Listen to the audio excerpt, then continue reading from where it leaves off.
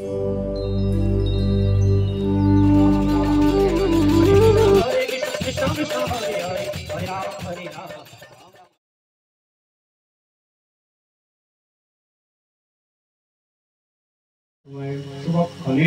আমরা বাড়িডাঙ্গি দাঁতন থানায় এসে উপস্থিত হয়েছি। তো খুব ভালো লাগছে, আজকে বহু সংখ্যায় ভক্তবৃন্দ বৃষ্টির ভেতরেও আমরা এসেছি। তো ঝড় বৃষ্টি শীত গ্রীষ্ম এগুলো আমাদের আসবে এবং চলে যাবে, তো এগুলো থাকবে না, কিন্তু তার মধ্যেও আমাদের কি নাই ভক্তি জীবন সুন্দর করতে হবে, ভক্তি জীবন পালন করতে হবে, ভক্ত হতে হবে, ভগবানের সেবা করতে হবে। আমাদের ঝড় বৃষ্টি হলেও তার খাওয়া তো বন্ধ নাই, ঘুমও বন্ধ নেই, আছে নাকি? খাওয়া, ঘুম, স্নান করা, মোবাইল দেখা, টিভি দেখা, এগুলো কি বন্ধ আছে নাকি? তো ওই কথাও বন্ধ হবে না। এই দুর্যোগের ভিতরেও আমাদের কি করতে হবে না, হরি কথা শ্রবণ করতে হবে। কেন হরি কথা শ্রবণ না করলে ভগবান শ্রীহরি যে কে সেটা আমরা জানতে পারবো না। তাই ভগবানের কথা আমাদের অবশ্যই শুনতে হবে। আর এই ভগবানের কথা শ্রবণ করলে কি হবে না, আমরা ভগবানকে ভুলে গেছি। এই সংসারে জ্বালায় কলির প্রভাবে আমরা ভগবানকে ভুলে গেছি। আবার যদি ভগবানের কথা শুধু যদি আমরা শ্রবণ করব, শ্রবণ করলেই ভগবানের সঙ্গে হারিয়ে যাওয়া সম্পর্কটি আবার আমরা ফিরে পাব। তাই শাস্ত্রে বলছেন যে নিত্য সিদ্ধ কৃষ্ণ প্রেম সাধ্য কবু নয়, শ্রবণ আদি শুদ্ধ চিত্তে করয় উদয়। তো বলছেন নিত্য সিদ্ধ কৃষ্ণ প্রেম, ভগবানের সঙ্গে আমাদের জন্মান্তর ধরে আমাদের সম্বন্ধ আছে, সম্পর্ক আছে, ভালোবাসাও আছে, কিন্তু আমরা এই কালের প্রভাবে সংসারের চাপে মায়াতে আমরা ভগবানকে ভুলে গেছি। কেন মায়ার এমন প্রভাব, মায়ায় বিমোহিত মন ভুলেও ভাবনা কখন, শ্রীকৃষ্ণ ভজন তরে আমার এ জনম গ্রহণ। আমরা মায়াতে বিমোহিত হয়েছি, সব কিছু মনে থাকে। হ্যাঁ, কাকে কত টাকা দিয়ে আছে 5 বছর আগে, কে কি কথা কি গালি দিয়েছে সেটাও আমাদের মনে থাকে, থাকে কিনা? গত বছর মেয়ে জামাইকে আমরা এই দিয়েছিলাম, এই বছর জামাই ষষ্ঠী আসলে এইটা দিতে হবে, দুর্গা পূজা এইটা দিতে হবে, সব মনে থাকে।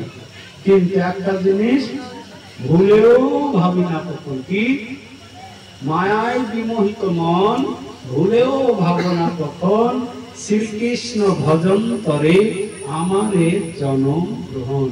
আমরা আসল যে ভগবান শ্রীকৃষ্ণের ভজন করার জন্যই যে আমাদের এই জন্ম হয়েছে এটা আমরা ভুলেই গিয়েছি।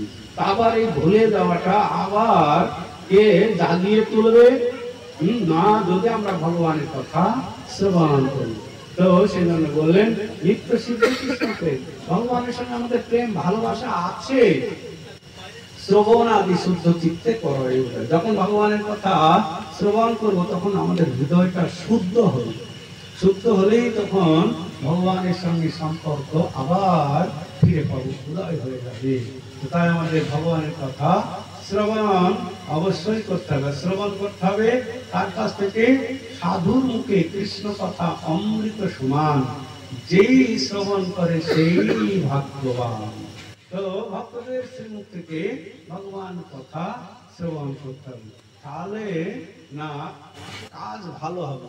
আর না হলে কিন্তু সারা জীবন কত জায়গায় তো অষ্টপ্রহর হচ্ছে, কত জায়গায় লীলা কীর্তন হচ্ছে, কতজন ভাগবত কথা বলছে, কিন্তু দেখা যায় মানুষ কৃষ্ণের প্রতি আকৃষ্ট হয় না, কৃষ্ণ ভক্ত হয় না। কেন হয় না? না তারা অন্যভাবে চিন্তা ভাবনা নিয়ে তারা সংসার প্রতিপালন করার জন্য কৃষ্ণ কথা বলে। তো কৃষ্ণ কথা শ্রবণ করতে হবে মুক্ত জীবের কাছ, মুক্ত আত্মা দ্বারা, মানে যাদের কোনো সংসার বন্ধন নেই তাদের কাছ থেকে কৃষ্ণ কথা শুনলে সংসার বন্ধন থেকে আমরা মুক্ত হতে পারবো। বুঝতে গেল? আমরা তেমনি বদ্ধজীব, তো বদ্ধজীব আর একটা বদ্ধজীবকে কি মুক্ত করতে পারে? কখনো পারে না। সেজন্য আমাদের কি করতে হবে? আমরা বদ্ধজীব, তো বদ্ধজীব হয়ে আমাদের মুক্ত জীবের কাছ থেকে ভগবানের কথা শ্রবণ করলে আমরা এই সংসার বন্ধন থেকে মুক্ত হয়ে যাব। এইরকম একটা রাজ্যে একজন রাজা ছিল। তো সেই রকম না শুনছে, কিছুদিন ধরে শুনছে যে এরকম 7 দিন ভাগবত শ্রবণ করে, ভাগবত কথা শ্রবণ করে না না কি হলো না, পরীক্ষিত মহারাজ এই জড়বন্ধন মুক্ত হয়ে ভগবন্ধন মুক্ত হয়ে ভগবানের কাছে ফিরে গেলেন। তো সেই রাধারও ইচ্ছা হলো আমিও ভাগবত কথা শ্রবণ করব, আমিও ওই ভগবন্ধন মোচন হয়ে ভগবানের কাছে ফিরে যাব। তাহলে এই ভাগবত কথা না শুনলে তো ভগবন্ধন মোচন হবে। এই মন্ত্রীকে বলেন, এই মন্ত্রীবর তুমি এক কাজ করো, আমি ভাগবত কথা শুনতে চাই, ভাগবত কথা শুনে আমি ভগবন্ধন মোচন হতে চাই, আমি ভগবানের কাছে ফিরে যেতে চাই, একটা ভাগবত কথাকার আনো, আমি ভাগবতের কথা আমি শুনে মুক্ত হতে চাই। কারণ মন্ত্রী বলেন কোন চিন্তা নেই, আমাদের রাজ্যেই আছে, একজন ভালো পাঠ করে, খুব সুন্দর, ডাকো তাহলে। তাকে ডাকলেন, ডাকার পরে বললেন তুমি 7 দিন আমাকে ভাগবত কথা শ্রবণ করাও। এই 7 দিন ভাগবত কথা শ্রবণ করেছিলেন কে না, পরীক্ষিত মহারাজ সুখদেব গোস্বামীর কাছ থেকে। কেন পরীক্ষিত মহারাজ অভিশাপ প্রাপ্ত হয়েছিলেন 7 দিনের মধ্যে তক্ষকের করাল দংশনে মৃত্যু হবে তার। তিনি জানতে পেরেছিলেন 7 দিনের মধ্যেই তার মৃত্যু হবে। তো তাই তিনি মুনি ঋষি যোগী ধ্যানী তপস্বী সকলকে ডেকে বলেন আমার এখন কি করা কর্তব্য। তখন সবাই নানান রকমের কথা বলতে লাগলেন। কেউ বললেন যোগ করো, কেউ বলে ধ্যান করো, কেউ বলে দান করো, কেউ বলে তপস্যা করুন। বলছেন আমি বাঁচবো 7 দিন, এই 7 দিনের ভিতরে আমি কিভাবে ভগবানকে পেতে পারি। সেই সময় সুখদেব গোস্বামী এসেছিলেন। তো সুখদেব গোস্বামী আসলে তখন একদম তাকে আহ্বান করে রাজ সিংহাসনে বসালেন আর বললেন হে মুনিবর, আমি এরকম হয়েছি, 7 দিনের ভিতরে আমার মৃত্যু হবে, তো আমাকে এখন পথের নির্দেশ দিন। তখন সুখদেব গোস্বামী বললেন হে রাজন, আপনি তো ভাগ্যবান। কেন ভাগ্যবান না, আপনি জানতে পেরেছেন যে আমি বাঁচবো আর 7 দিন। তো আমরা দেখুন কেউ জানি না কদিন বাঁচবো, কদিন বাঁচবেন কেউ বলতে পারবেন? এখানে যতজন আছে কেউ বলতে পারবেন? কেউ বলতে পারবেন না। তো সুখদেব গোস্বামীও বলছেন আমি যে কয়দিন বাঁচবো আমি জানি না, তা আপনি তো জানতে পেরেছেন 7 দিন বাঁচবেন, তা আপনি মহাভাগ্যবান। বলছে আরে মরে যাবো আর আপনি বলছেন আমি মহাভাগ্যবান। বলছে হ্যাঁ, আপনি এই 7 দিন শুধু ভগবানের কথা, অমর কথা শ্রবণ করুন, তাহলেই এই মৃত্যুকে আপনি জয় করে ভগবানের কাছে ফিরে যেতে পারবেন।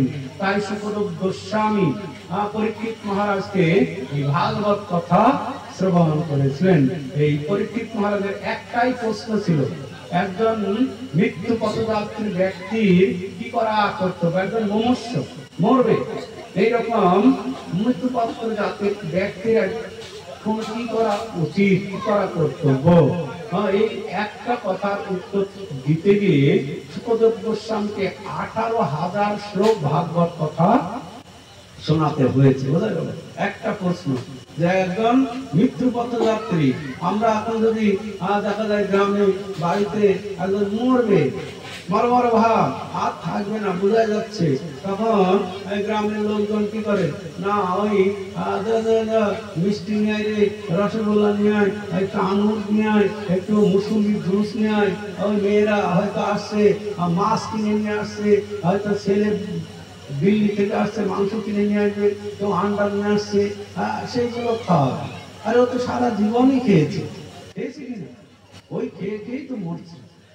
তো এখন মৃত্যু পথযাত্রী তাকে কি করতে হবে, তাকে ভগবানের কথা শ্রবণ করাতে হবে, কানের কাছে হরিনাম শ্রবণ করাতে হবে। কিন্তু এটা ওই মৃত্যুর সময় কিন্তু শুনতে পাবে, মৃত্যুর সময় তো নানান রকম চিন্তা করে। সেই জন্য মানুষকে আগের থেকে কি করতে হবে, অভ্যাস করতে হবে হরিনাম করা। ওই লোকে হরিনাম করলে কি কানে ঢুকবে? নিজে নিজে আগে হরিনাম করা অভ্যাস করতে হবে। আপনে জপিলে নাম আপনি সে তরে, আর সব জীব অকারণে নরে। তো নিজে জপ করতে হবে, নিজে ভক্ত করতে হবে। তো তখন যতই বিপদ হোক আর যত সংকট আসুক সে তখন ভগবানকে স্মরণ করতে পারবে। কিন্তু আমরা যদি নিজে ভক্ত না হই, অন্যেরা আইবে হরিনাম করবে ভালো, না হলে তখন হলো না শ্রাদ্ধের সময় তখন হরিনাম করবে। শ্রাদ্ধের সময় উনি কি বসে বসে শুনবে? ওই শ্রাদ্ধ যখন হয় তখন গাই মেয়ে হরিনামের জল নিয়ে আয়, মানে উনি শুনবেন তো না। এখন আগের থেকে আমাদের কি করতে হবে? হরিনাম নিজে করতে হবে, তাহলে পরে না প্রকৃত হরিনাম করা হলো। তো যাই হোক, এইরকম সেই রাজা তখন বললেন আমি ভাগবত কথা শুনছি। তখন তো একজন পাঠককে ডেকে নিয়ে আসলেন।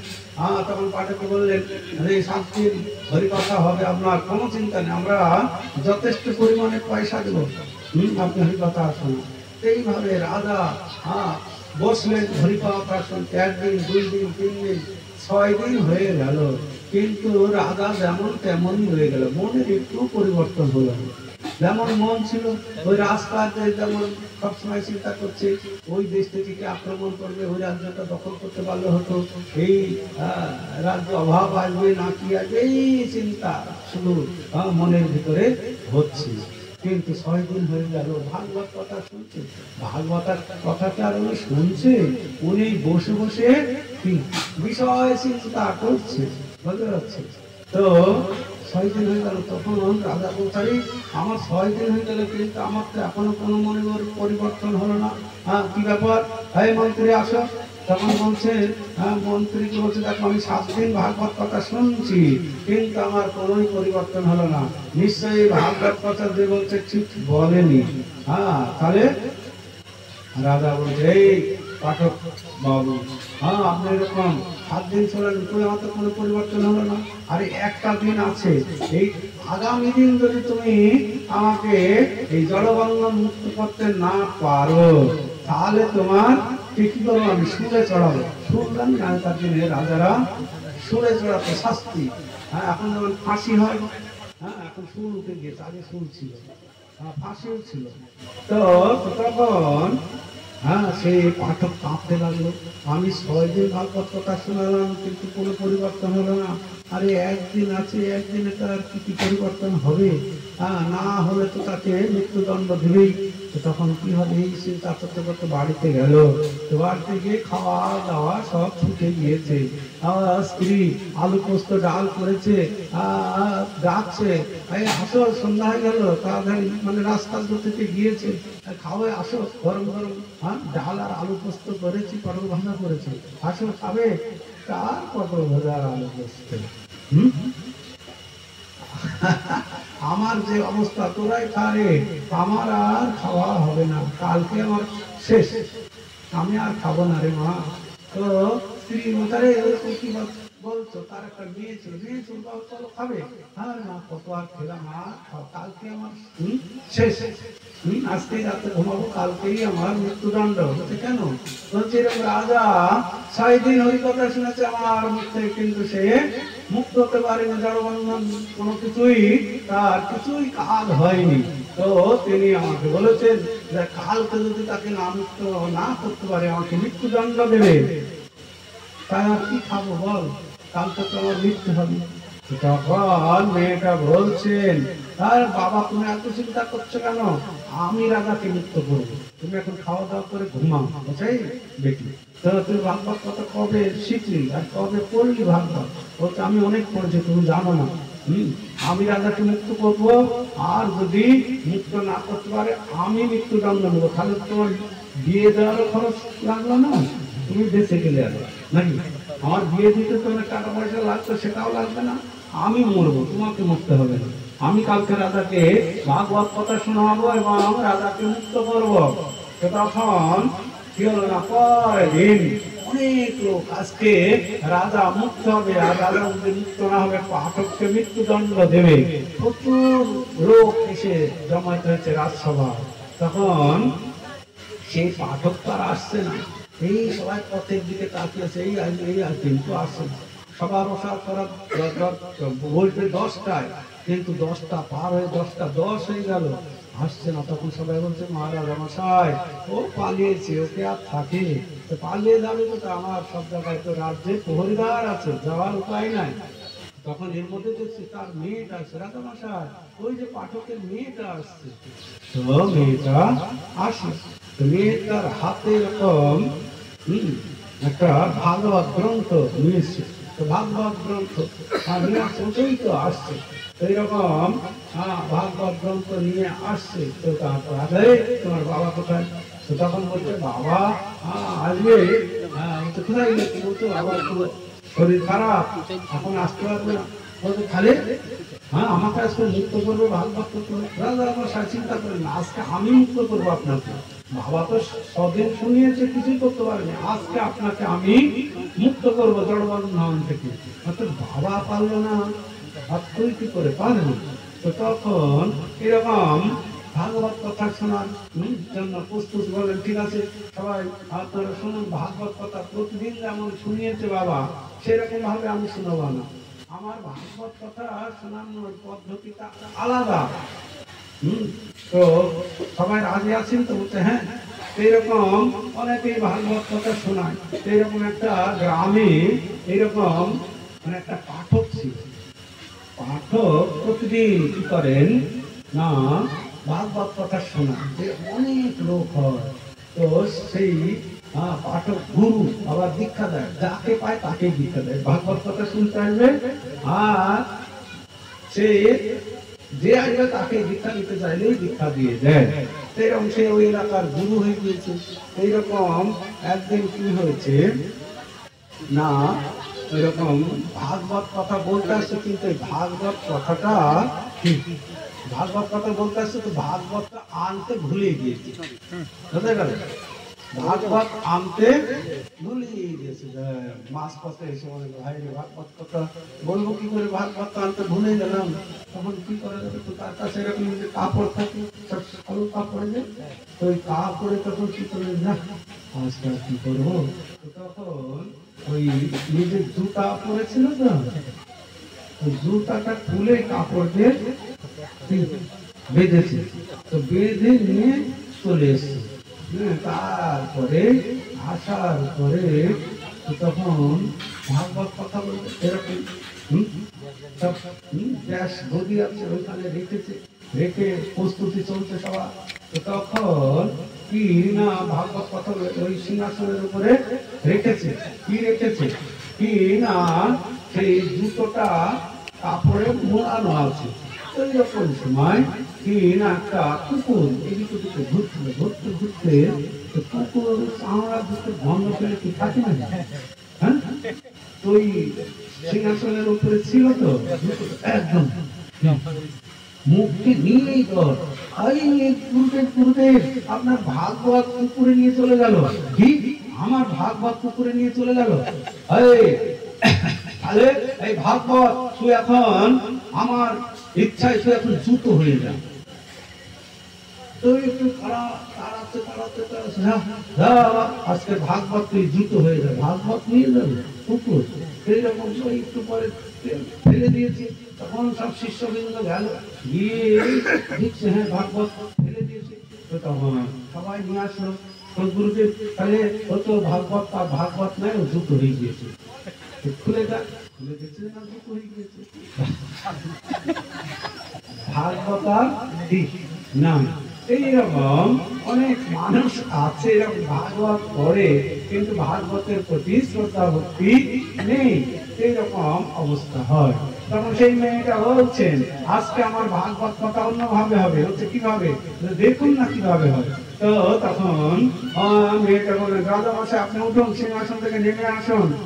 তো কি করতে হবে? বলছে এই জায়গায় দাঁড়ান, এই যে পিলার আছে না, এই পিলারের ওখানে দাঁড়ান। তো দাঁড়াল হচ্ছে মন্ত্রী মশাই ওই রাজাকে ভালো করে দড়ি দিয়ে বাঁধুন, আজকে যা ভাগবত কথা হবে উনি তো মুক্ত হয়ে চলে যাবে, আপনারা রাজাকে পাবেন কোথায়?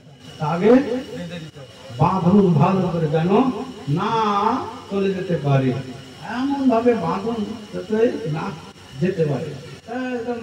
সমস্ত অনেক শক্ত দড়ি দিয়ে বাঁধলো, বাঁধার পরে মেয়েটা তখন এই পাশে একটা পিলারে দাঁড়ালো, আমাকেও বলো, আমি বলবো দাদা শুনছেন, আমিও তো চলে যাবো মৃত্যু হয়ে, আমিও না যেতে পারি, তার জন্য আমাকেও রশি দিয়ে ভালো করে বাঁধুন।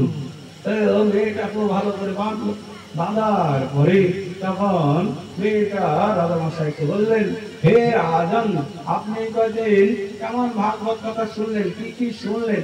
বলছেন, আমি ভাগবত কথায় প্রথম দিনে শুনেছি কি না ব্যাসদেবের কথা।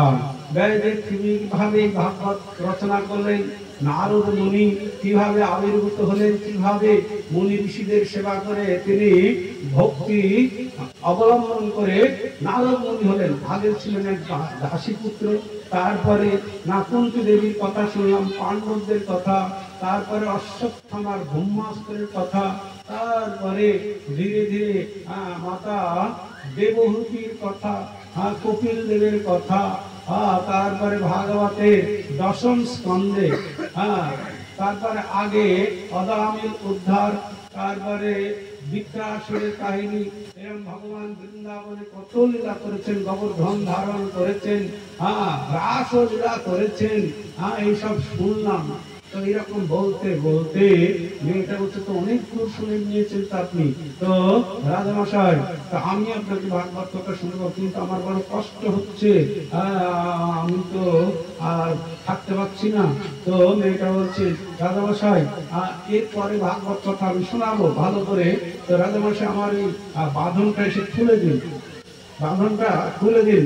তো রাজামশাই বলছে, মন্ত্রী বাঁধনটা খুলো। তখন মেয়েটা বলছেন, মন্ত্রী খুলতে হবে না, আপনাকে খুলতে হবে, আপনি আসলে খুলে দিন। আমাকে বেঁধে রেখেছে, আর আমি কি করে তোমার কাছে যাবো? হচ্ছে আপনাকে খুলতে হবে, না হলে হবে না। রাজা বলছে, তুমি এসে আমার বাঁধনটা খুলে দাও, তারপর আমি তোমাকে বলছি। মেয়েটা বলছে, আমাকে তো আপনি বেঁধে রেখেছেন, আমি কি করে যাবো?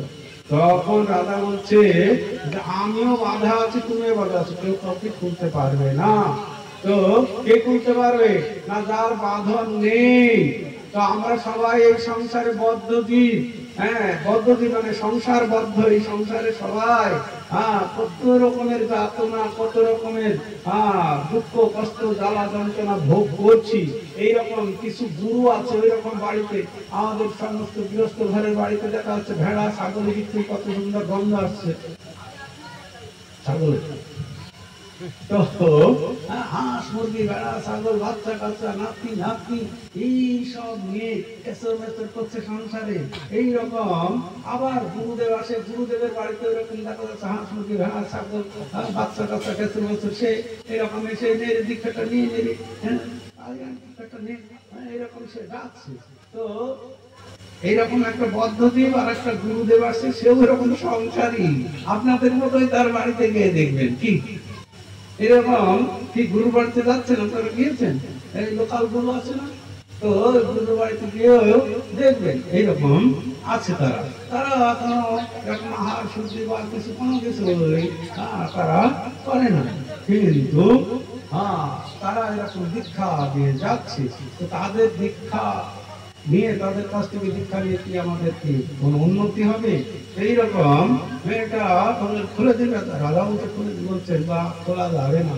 আমরা একজন বদ্ধদীপ, সংসার বদ্ধদীপ, আর একজন সংসার বদ্ধ গুরু, তার কাছ থেকে দীক্ষা নিয়ে আমরা কখনো কি উদ্ধার হতে পারবো না।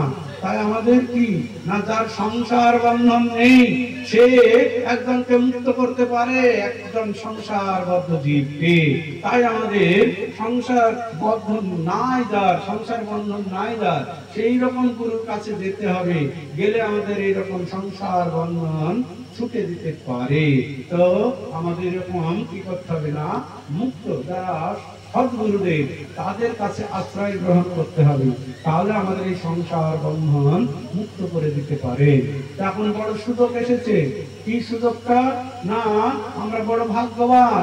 কি ভাগ্যবান, আমরা বাংলায় জন্মগ্রহণ করেছি। বাংলায় জন্মগ্রহণ করা এত সহজ নয়। বাংলায় শ্রী চৈতন্য মহাপ্রভু, সেই পরমেশ্বর ভগবান, তিনি এসেছেন। তিনি এসে আমাদেরকে সহজে ভগবানের কাছে ফিরে যাওয়ার যে পন্থা, যে পথ তিনি দিয়েছেন, সেই পথটাকে আমাদের গ্রহণ করতে হবে। গৌরের যেই মত সেই মত সার, আর যার যত মত আছে সকলেই অসার। মহাপ্রভুর যে মত, সেই মতটা হচ্ছে সার মত। কেন? আজকে সারা পৃথিবীর মানুষ মহাপ্রভুর মতকে অনুসরণ করছে, সবাই মান্যতা দিচ্ছে। সারা পৃথিবীর মানুষ, মুসলমান, খ্রিস্টান, বৌদ্ধ, জৈন, ইহুদি, সবাই আজকে মহাপ্রভুর এই মত গ্রহণ করেছেন। মহাপ্রভু কিরকম দেখেছেন? হরিনাম, মহাপ্রভু হরিনাম করছে কি? আর মহাপ্রভু এরকম দেখিয়েছেন, আপনে আচরণ করে দেখিয়েছেন। তিনি মহাপ্রভু নিজেই বলছেন, আপনে করিব ভক্ত ভাব অঙ্গীকারে, আপনে আচরি ভক্তি শিখাবো সবারে, আপনে না কইলে ধর্ম শিখানো না যায়, এই তো সিদ্ধান্ত গীতা ভাগবতে গায়। মহাপ্রভু বলেন, আপনে করিব ভক্তি ভাব অঙ্গীকারে, আমি যদি নিজে গ্রহণ না করি, এই যে সমস্ত লোকাল গুরু সব দীক্ষা দিয়ে বেড়াচ্ছে, তো তারা নিজে হরিনাম করে না, নিজেরা হরিনাম করে না। বেশিরভাগই গুরুগুলো দেখা যাচ্ছে ওই মাছ, মাংস, ডিম, আন্ডা, বিড়ি, ঘিড়ি কোনো কিছু আর বাদ দিচ্ছে না, সব তারা খাচ্ছে। তুলসী মালা পড়েছে, অনেকে পরেই না। বেশিরভাগই দেখা যাচ্ছে যে অনেকে আছে মালাটাও করে না, বড় বড় তারা নিজেকে বলছে আমরা ভগবান, পুরুষোত্তম। ভগবান শুধু বলছে না, পুরুষোত্তম বলছে না, এরকম আছে না? তো তাদের এরকম পন্থাটা ভালো নয়।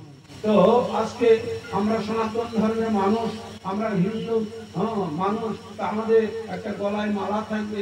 কিছু কিছু এরকম দেখা যাচ্ছে দীক্ষা নিচ্ছে মানুষ, একটা গলায় মালাও করা লাগে না, আরো কোনো আহার শুদ্ধি করা লাগে না, হরিনামও করা লাগে না, শুধু দীক্ষাটা নিলেই হয়ে গেল। আর প্রতিদিন পয়সা রাখতে হবে, প্রতিদিন পয়সা রাখতে হবে, তাহলেই উদ্ধার হয়ে যাবে না। এটা ঠিক নয়। কেন? নিজে ভজন সাধন করতে হবে এবং ভগবানকে সেটা জানতে হবে। ব্রহ্মা বলছেন, ঈশ্বর পরম কৃষ্ণ সচ্চিদানন্দ বিগ্রহ, অনাদির আদি গোবিন্দ সর্বকারণের কারণম। ব্রহ্মা স্বয়ং বলছেন যে ঈশ্বর কে না, পরম কৃষ্ণ, কৃষ্ণ হচ্ছে ভগবান। তার মুক্তি কেমন? সচ্চিদানন্দ বিগ্রহ, তাকে দেখতে কত সুন্দর। আর এখন যে সমস্ত ভগবান গুলো কলিযুগে বুঝে উঠেছে, তারা দেখা যাচ্ছে কিরকম বুড়া হয়ে গিয়েছে, দাড়ি পেকে গিয়েছে, এরকম মোষ রেখেছে, গলায় একটা মালাও নাই, কিছুই নাই, আবার বসে বসে দেখা যাচ্ছে হুঁকা খাচ্ছে। তো সে ভগবান হতে পারে? ভগবান কি ছানা, মাখন, দুধ, দই, ফলমূল এগুলো খায়, আর সেই সব ভগবান গুলো হুঁকা খাচ্ছে, মসুরের ডাল খায়। বুঝতে যাচ্ছে?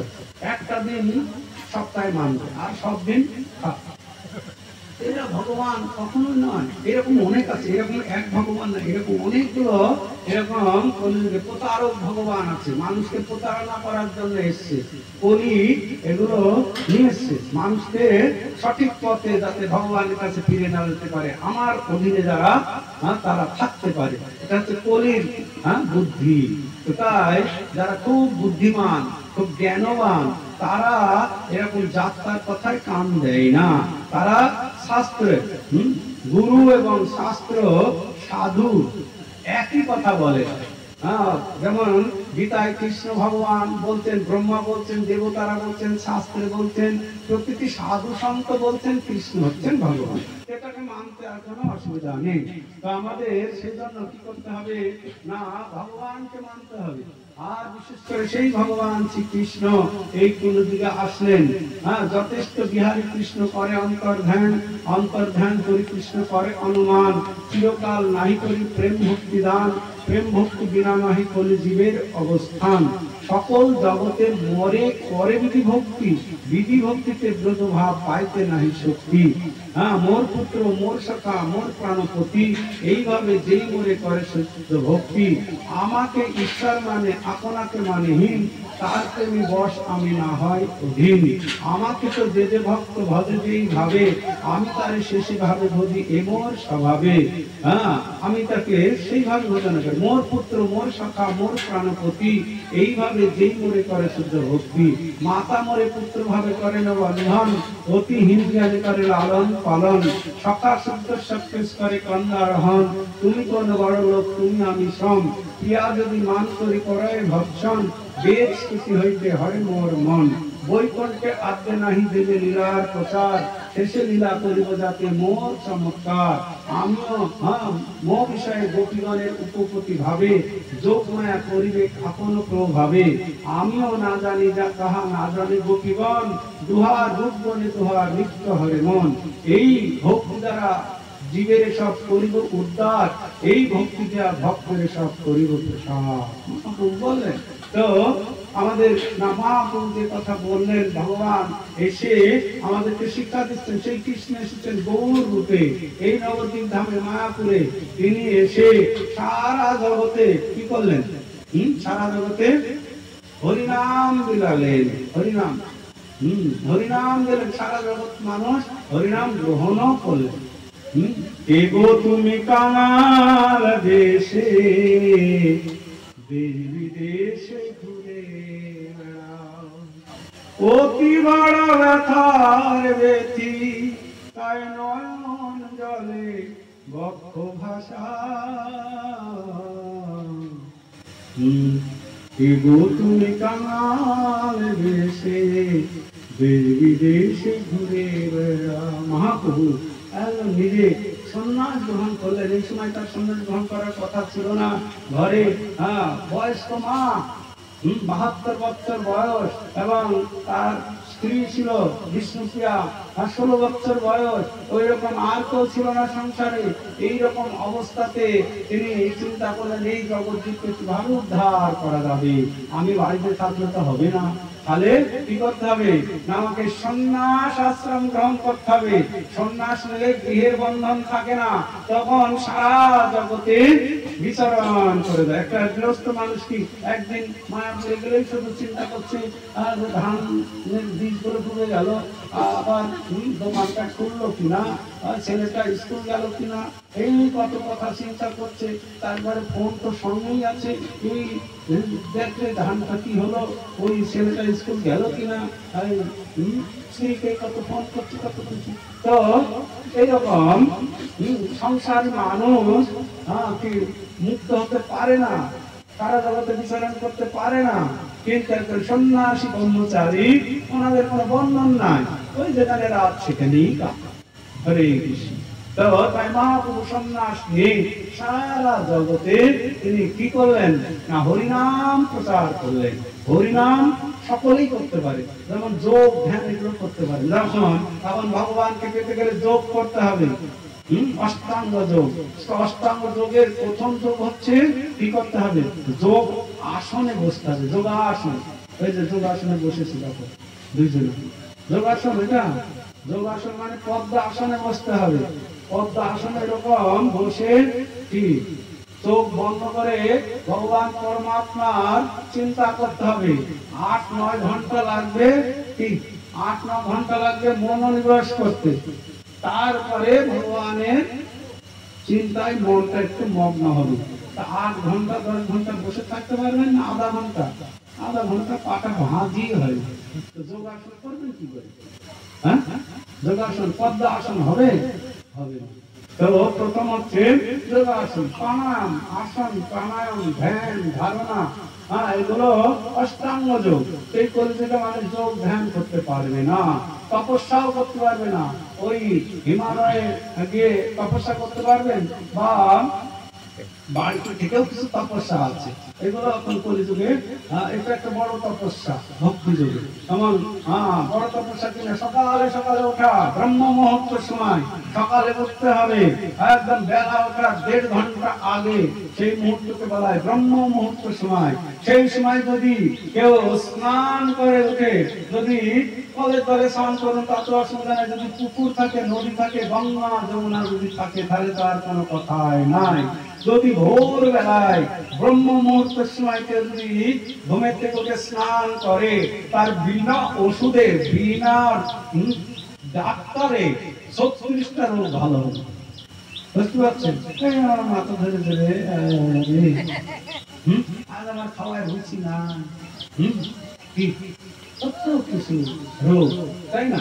কিন্তু আপনারা ভোরবেলায় উঠুন আর সুন্দর স্নান করুন, স্নান করে একটু তুলার গ্রহণ করুন আর বাড়িতে ভগবানকে রাখুন, ভগবানের সামনে যান, একটু ভগবান চরণে ফুল দিন, প্রণাম করুন আর ভগবানের কাছে কীর্তন করুন। মা বলেছেন প্রতি ঘরে কি হবে, আপনার দ্বারে সবে মিলে কীর্তন করো, সবে দিয়া করতালি। হরে কৃষ্ণ হরে কৃষ্ণ কৃষ্ণ কৃষ্ণ হরে হরে, হরে রাম রাম রাম হরে হরে। এই হরিনাম করলে বাড়িতে মিত্র হবে না অপমিত্র হয়ে যাবে? ভূত পালাবে না ভূত এসে ঢুকবে? হরিনাম বাড়িতে হয় কি? ভূত আসবে না ভূত পালাবে? তো সেজন্য বাড়িতে আমাদের কি করতে হবে, হরিনাম করতে হবে। কিছু কিছু লোক আছে বাড়িতে এরকম হরিনাম দেয়। কিসের জন্য হরিনাম দেয়? ওই পাশের বাড়িতে হয়তো গলায় দড়ি দিয়ে ঝুলে দিয়েছে, বা নিজের বাড়িতে ভূত তাড়ানোর জন্য হরিনাম তো এরকম।